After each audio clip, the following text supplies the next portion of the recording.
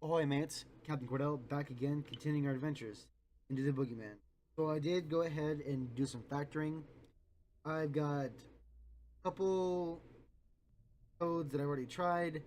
I've got two more left, so we're gonna go ahead and we're gonna try these last two, starting off with 5, 7. Okay, good. You're wondering how we got that? It was passages 5-1 and 7-1.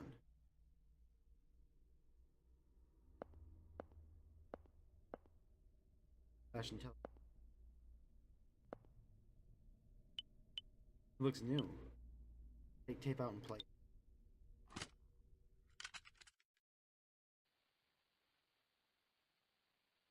Helen. At last, I finally got a hold of you. Oh dear, hurt all over. But what else could I do? You just wouldn't stop running, miss. No matter how much I hurt you.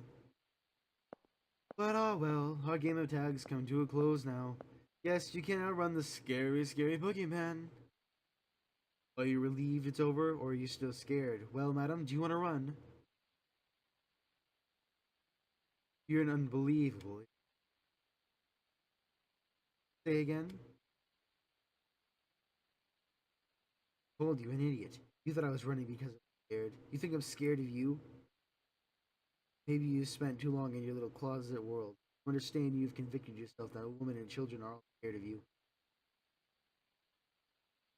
What were you planning once you caught me? Kill me, and then what? You'd go to kill Keith, right? You told me you had Keith in your hand. Whether he'd live or die was up to you, was up to me. I guess that was true, and all this time, you've foolishly been chasing after him. You could never kill him. I'm weak. I can't be as strong as Keith is, but there is something I can do in all my weakness. If I can keep your attention away from Keith by running all the time, I'll run to the ends of the earth. You poor, stupid little boogeyman. You really are such a child. You just love bullying anyone weaker than you. Go ahead, have fun in your little world. Call yourself a villain, a monster, but I'll never let you bring my husband in.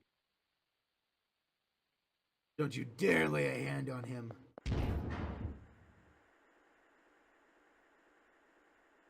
Talk too much, madam.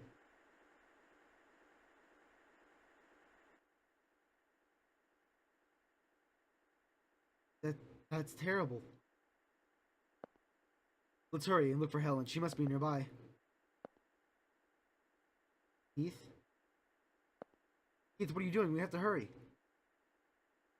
Keith, are you listening to me? Hey, what are you staring at? Are you asleep? Get a grip, come on!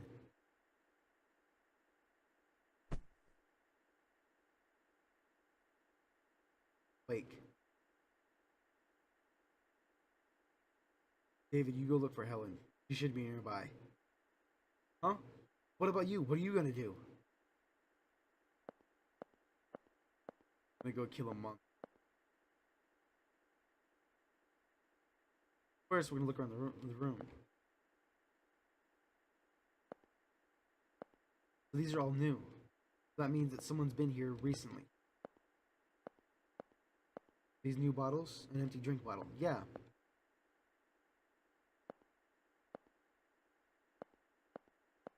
Anything about this wall? Movie poster.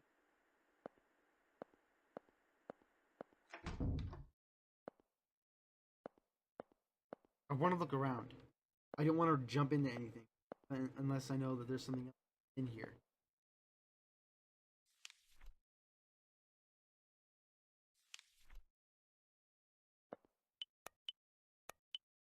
Okay.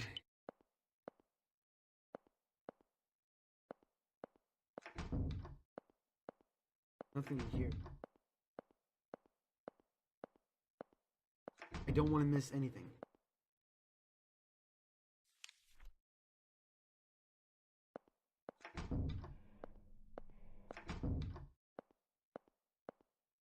I'm gonna look around.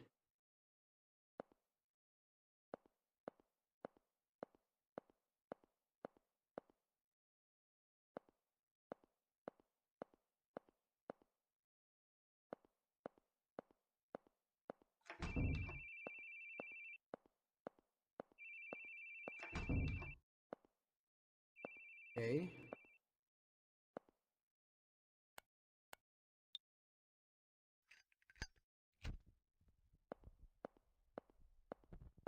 Okay. I know it's against my policy not to look for help, but I'm going to go ahead and do a quick Google search because I don't want to mess anything up. I do not want to miss anything.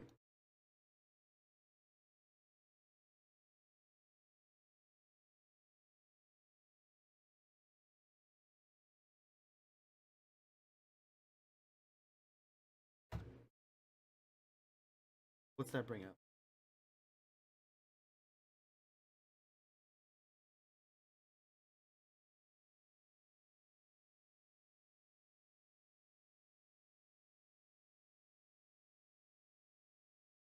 Well, that's helpful. I can find her videos. Let's go on VG person. Screw it.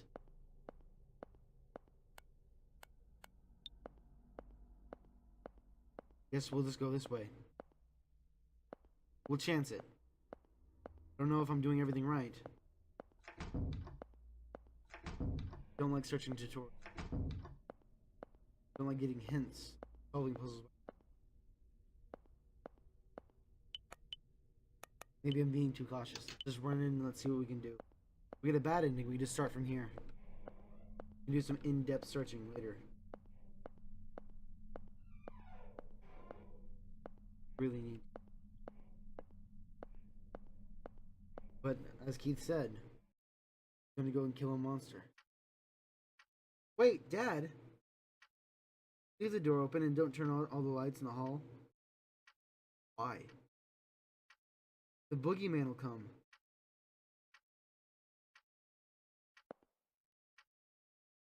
What kind of guy is this boogeyman? He has long nails and kidnaps kids and he lives in the closet. Kidnapper? Well, can't leave a guy like that on the loose. Alright, that'll give him a good beating. Hey, Boogie, you in there?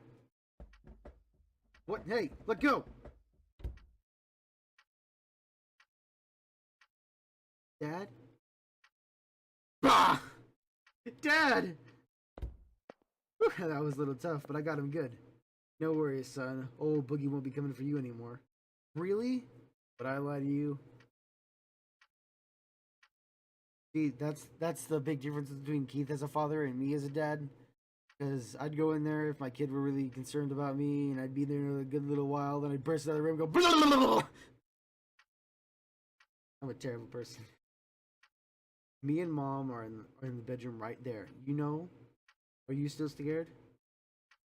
Oh, no need. Oh, need your stuffed bunny, do you? Or should I read you a bedtime story? Maybe one with fairies? No way! I'm not a wuss, Dad. I can sleep by myself. That's the spirit. Listen, Todd, if the boogeyman comes to get you again, that'll beat him up. I'm not gonna let anyone mess with you. Because you're a police officer? Because I'm Dad. Good night, son.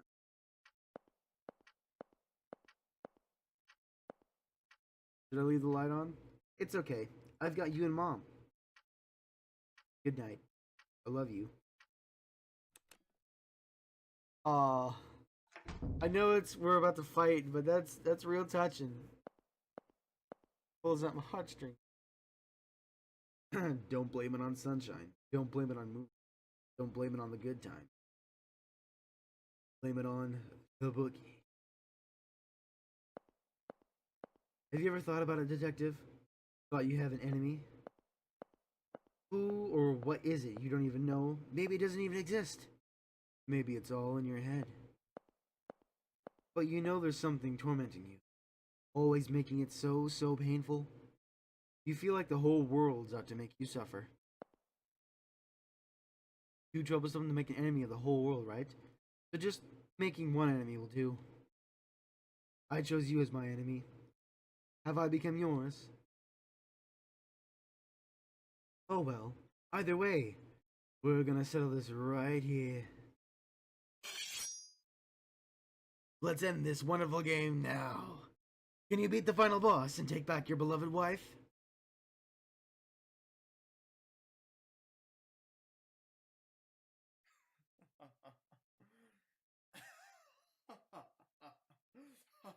What's so funny?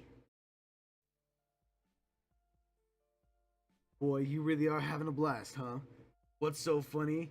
That you can be all smiles all the time. Total opposite of me. I don't remember the last time I laughed. But I guess we're pretty similar after all. The sense that it was all a lie. You're always grinning ear to ear, but you're scared, aren't you? So you keep running. You can't go head to head with me. You and me, we're just acting. You're no scary monster, and I'm no paragon of justice. Final boss? Ha! A big baddie should be a pretty sly guy, shouldn't they? But taking hostages, always on the run, the only thing you can chase after is girls' rumps. You know, I wasn't planning to do anything with you. As long as the others were safe, I was fine leaving you to be. I'd secure your hostages and scram, and just leave you to be the local police. Because I'm not chasing you. You just kept running from me. But I'm really chasing after. Sorry, but it ain't. That's right. It's not you. You're my enemy. Spare me the sleep talk. Why would I make my enemy a dunce who just sneaks away? A coward who hides in the closet and threatens kids. And your enemy? Not me. You got a lot more enemies. If you go to the Slammer, you're gonna be a real popular guy, I can tell. This is a great chance. No hostages get in the way, no one watching, so I can do whatever I like with you. That's a wonderful idea. In fact, there we go.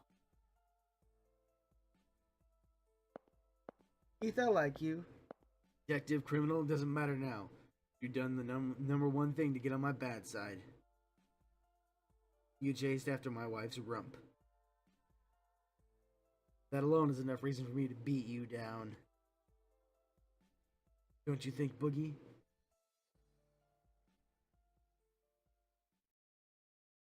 What's the matter? Scared?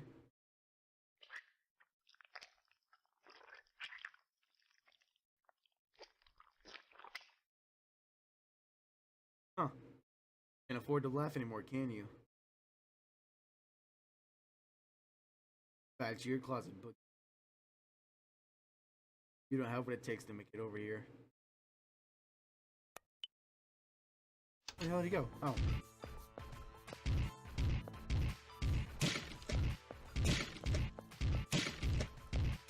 Oh shit.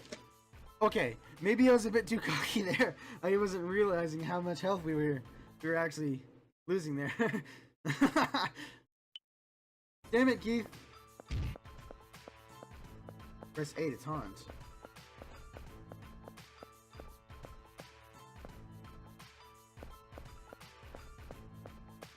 A to taunt.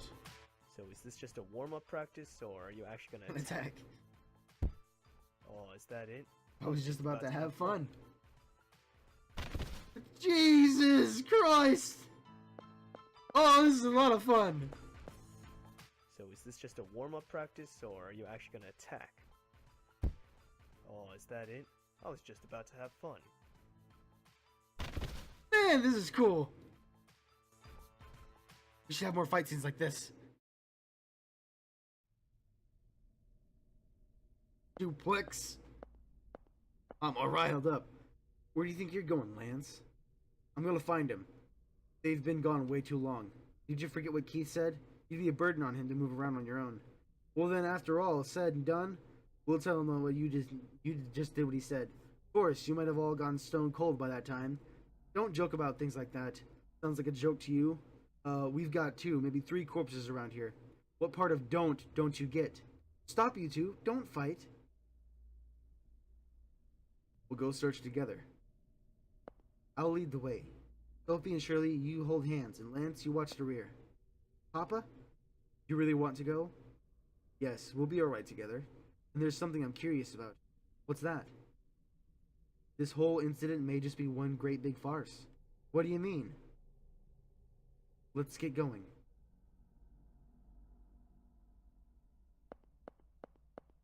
Helen, where are you? Helen!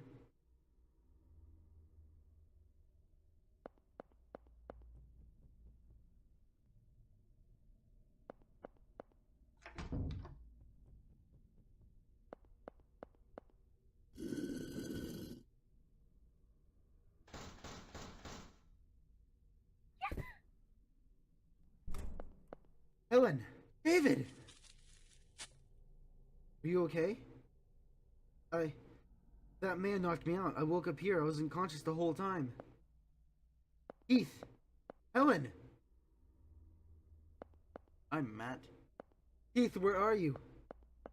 Currently beating the ever-living hell out of the Boogie Man.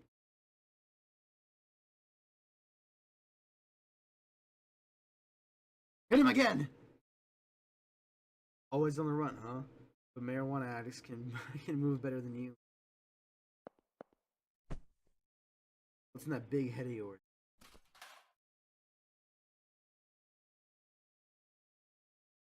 I freaking called it! There we go! Boom! I'm a god dang genius.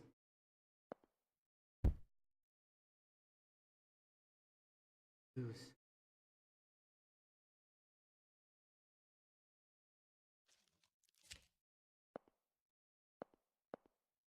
Oh, damn. Keith! You're Brendon? Why? Stop moving around. Keith! Helen! We have to stop the bleeding. Lance! Richard, help me out. Sophie, find something to tie him with. Hit him again. Keith! Got you. Keith, you... Helen, when we get home, let's finish our conversation. No more running. No, Keith, stay with me, please. Keith! Long drawn out sentence.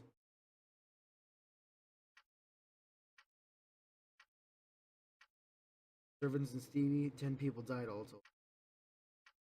They're glad to be alive now, feeling good to have air to breathe. Listen, don't you say a word about this, especially not to your coworkers. If it takes money to shut your yap, I'll pay any price. Whoa, ho, ho, bribery. Where's the money coming from? My own pockets. Listen, you guys can distort the truth all you want, but I won't say a peep, because that's freedom of the press. But this is different. I've got no tolerance for people pointing and laughing at a wounded friend.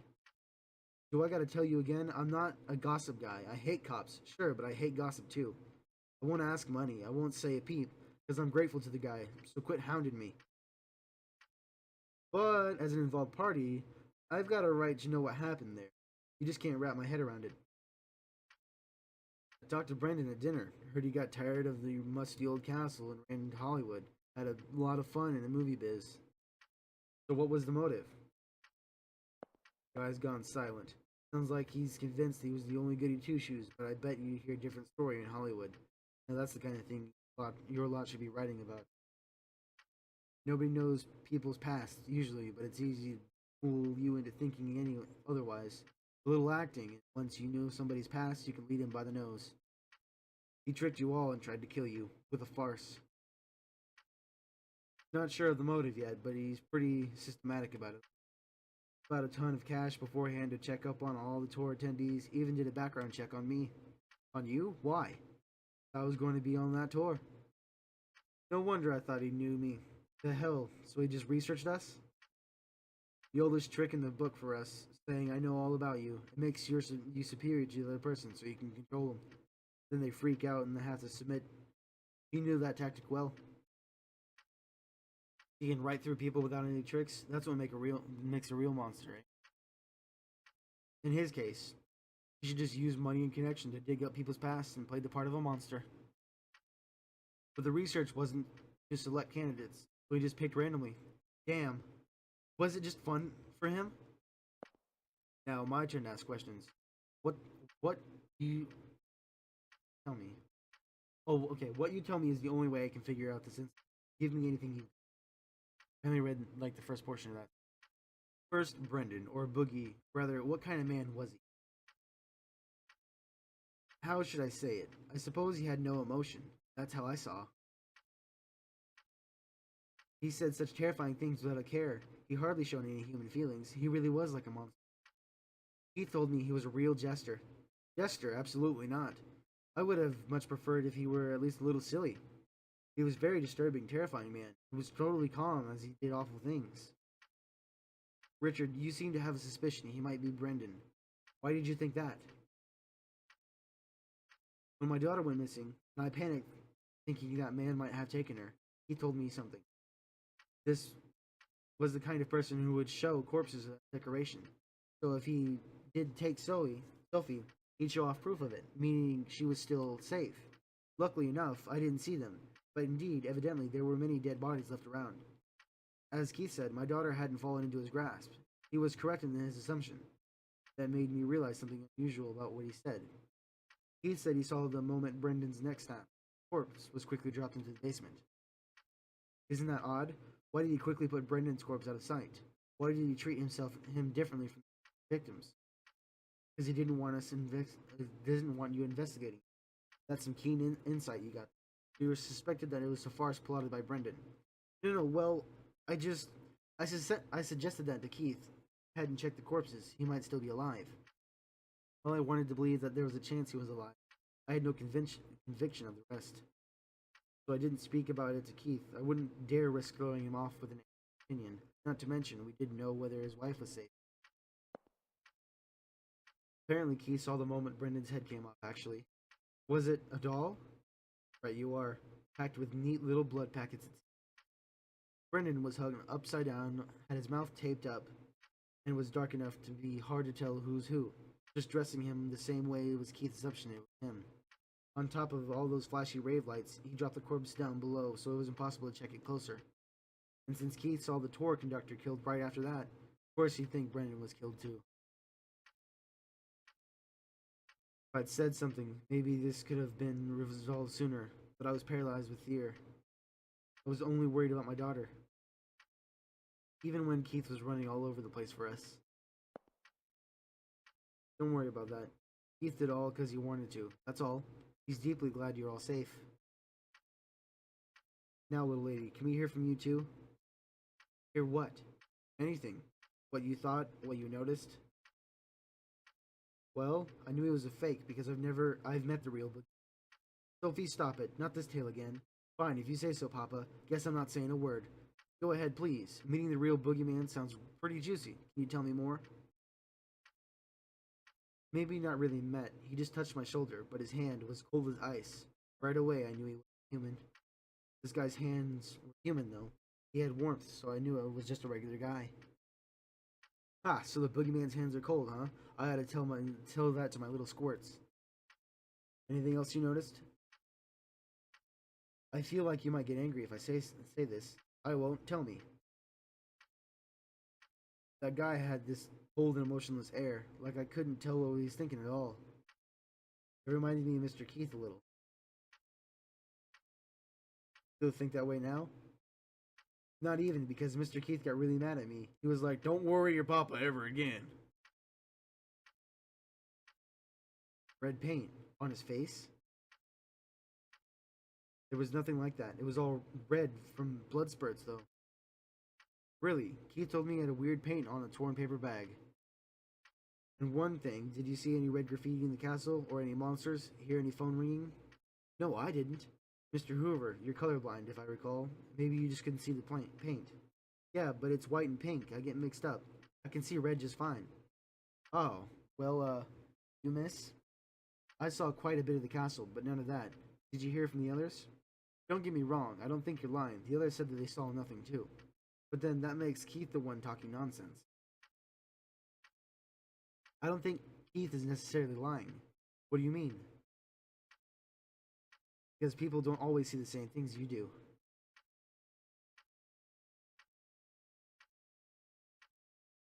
Thanks for the assistance, you. Sorry about calling you in 2 weeks after the fact. Is not everything settled yet? The police there are still in the middle of their investigation. My role is just to assist. I'm going to report your testimony. That's that. I'll be off now. Eric, take them to the entrance.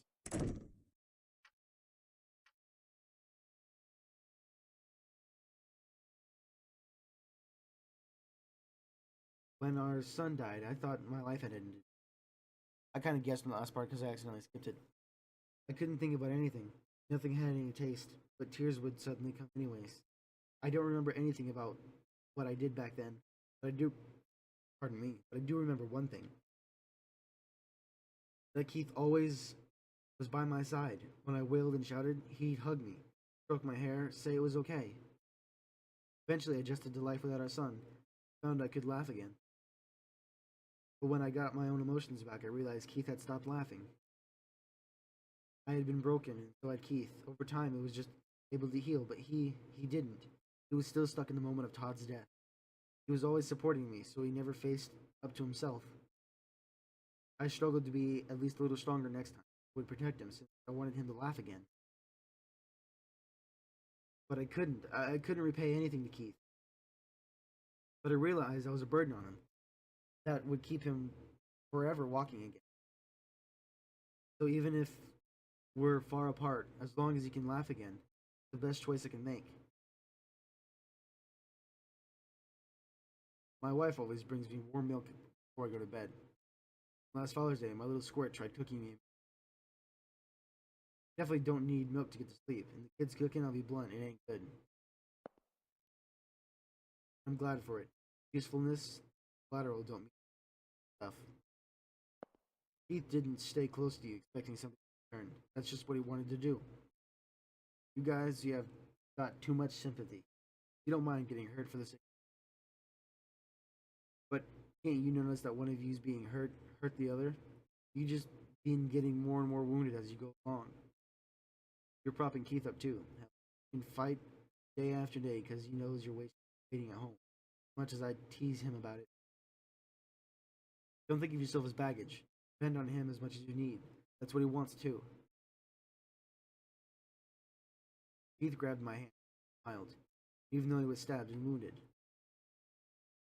Say, got you. Because he finally got what makes him happiest. But man, too much discrepancy. I hope that's how it's between you guys. Testimonies and Keith's. Just how am I going to report this to the department? Hey, Helen. He went back home from the hospital today, right? Can I talk with him now? I'm sorry, before he goes back, there's a place he's going to. I'm planning to head there myself. But Keith's alright. Good to know. I might have misread something, but he might be in a wheelchair. No, he's alright. Keith? Crying. Always wanted to cry like this. Never forgot about him, not for a single. Ever since he died, I was scared. I felt like the slightest sign of weakness. All crumble. Acted like I felt nothing, like nothing disturbed me. I thought then I might be able to fool everyone, even myself. I was so stupid. I was broken a long time ago. It was all garbage, but I acted like a champion of justice. I always felt off. Whoever I was working for, I never felt repaid. And when I saw you were safe, you came up to me, and finally I felt happy again. Acting strong just made me weak. It was pointless. I would never forgive his father staying broken forever. Because I promised I'd protect his mom. I'll take off the blindfold. I'm gonna laugh even if it's at my own stupid TV show. If I'm pissed, I'm gonna get mad. If I'm sad, I'm gonna cry. First, I guess there'll have to be counseling. Something seriously wrong with my head. Seems like it's gonna be a busy time. I'm gonna be so busy I won't be able to do it alone. Helen, I don't think I can deal with this being a loser. Good loser. I want a chance. Let me chase after you. Let me get down on my knees. You're the only one I want waiting. There's no need for a chance. Didn't I tell you, divorce or decide? I've decided, haven't you?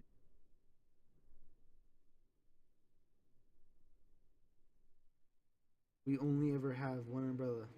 We'll hold it together. And if it's fine if we get a little wet, it'll be sunny again. Happy end. Come rain, come shine.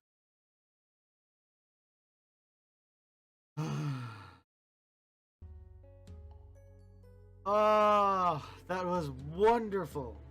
Took way longer than the other two games, though. Okay, so we've been recording for about 30 minutes. Good. Wow, that was really good. Oh my god. I think this is the best game I've played by Yuri and them yet. I liked the Crooked Man. I liked the Sandman, but this one is really cool. See, like, I like the Crooked Man because the atmosphere it presented us. The Sandman was really cool because it was really creative in the way it presented itself. But the Boogeyman really dove deep into its character's background. It really reached in there. It got emotional connections. It touched on so many things with people.